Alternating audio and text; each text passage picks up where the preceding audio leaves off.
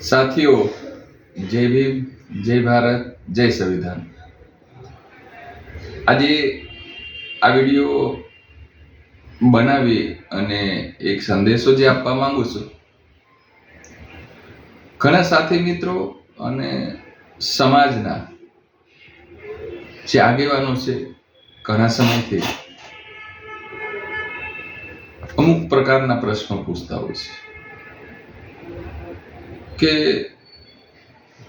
ધનુભાઈ આટલું કામગીરી સારી કરીએ, આમ છતાં મિશનને અન્ય કોઈ તો નુકસાન નથી પહોંચાડતા। ક્યાંક ને ક્યાંક સમાજના જ વ્યક્તિઓ જે સમાજની સાથે રહે ને ક્યાંક ને ક્યાંક સમાજને જે ગુમરાહ કરી રહ્યા છે, સમાજને અટવાડી રહ્યા છે અને સાથે જ રહેતા જાય છે અને એવું કહે છે કે અમે પણ મિશન સાથે જોડાયેલા છીએ। તો આ બાબતે શું કરવું જોઈએ? એટલે મેં ખૂબ ઊંડાણપૂર્વક વિચાર કર્યો। તો આપ કદાચ મારા આગળના જે પ્રવચનો છે એમાં કદાચ આપ મારો આ એક વિડીયો છે એમાં પણ આપ જોઈ શકશો કે આગળના પ્રવચનોમાં હું દરેક વાત ઉદાહરણના તौर ઉપર સમજાવું છું બને ત્યાં સુધી।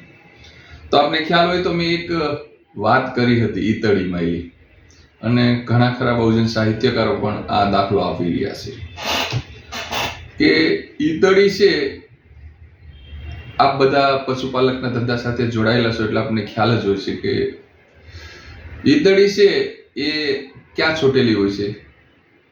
બને ત્યાં સુધી ગાય, ભેંસ કે બકરી હોય એના જે આસળ હોય એની નજીક છે, એટલે મતલબ ત્યાં છોટેલી હોય છે।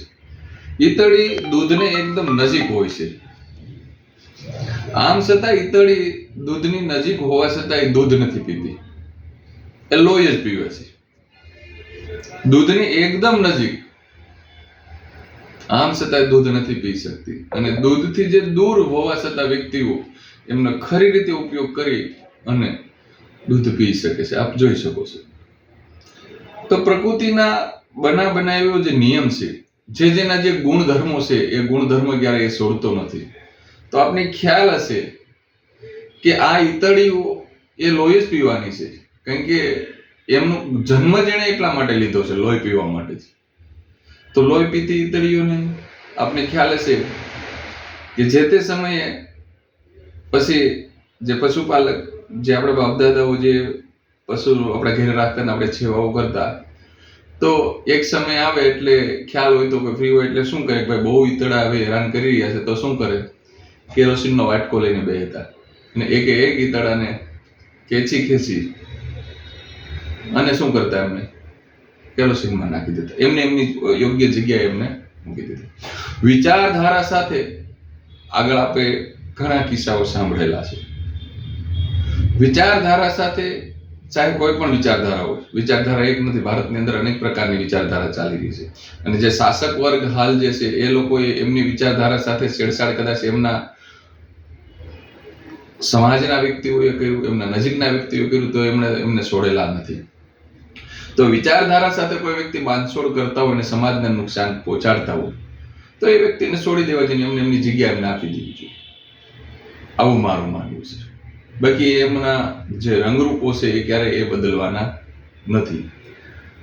આમ છતાં યુવાનોને એક ખાસ સંદેશો આપું છું કે સમાજની અંદર જે ગુમરાહ કરનાર વ્યક્તિઓ હોય છે, એમાં ભલે હું પણ હોઈ શકું કદાચ, તો ગુમરાહ કરનાર વ્યક્તિઓ જે સમાજને ખોટો ગેરમાર્ગે દોરાવતા હોય, આવા વ્યક્તિઓને, યુવાનોને કહું છું કે ખરેખર ફેસબુકમાં કે સોશિયલ મીડિયામાં લખવા બખવાનું બંધ કરી એને સમાજની વચ્ચે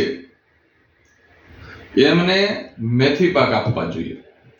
આના સિવાય બીજો કોઈ વિકલ્પ નથી, કારણ કે સમાજને જો ગેરમાર્ગે દોરીને આખો સમાજ અટવાતો હોય તો હવે લખવા બખવાનું બંધ કરવું જોઈએ, એમના યોગ્ય જગ્યા, એમનું યોગ્ય માર્ગદર્શન, એમની જે જગ્યા છે ત્યાં બતાવી દેવી જોઈએ। આના સિવાય બીજું કંઈ જ ના કરે।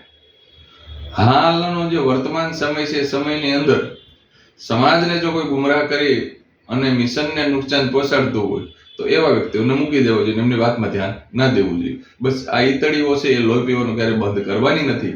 તો આ ઈતળીઓ છે એમાં બહુ ધ્યાન દેવાય નહીં. એમને ઉખેડી અને એમનું યોગ્ય જગ્યા છે ત્યાં ફેંકી દેવાય, એને કેરોસીનમાં નાખી દેવાય, એટલે ઈતળી છે એ લોહી પીતી બંધ થઈ જાય. બાકી એ તો તમે કદાચ ઈતળીની વાત જો આ દૂધ પીએ તો એ તમારો ખોટો વહેમ છે. જય સંવિધાન, જય ભારત.